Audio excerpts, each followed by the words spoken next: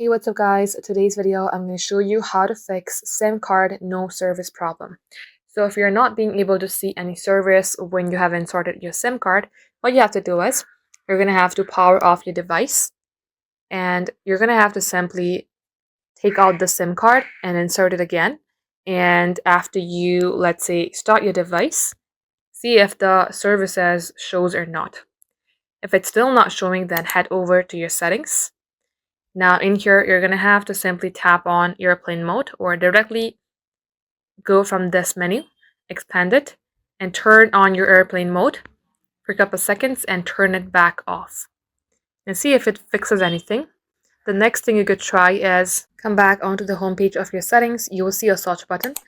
Tap onto it and type in network reset. As I do that, under general management, you will see reset mobile network settings. So go ahead and tap onto it.